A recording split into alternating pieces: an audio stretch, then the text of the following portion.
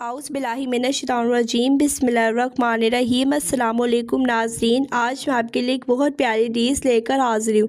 इस हदीस में आप सल्लल्लाहु अलैहि वसल्लम ने फरमाया, जब तुम में से किसी शख्स को नमाज में जमाई आए तो वो जितना उसके बस में हो उसको रोके, क्योंकि शैतान अंदर दाखिल होता है।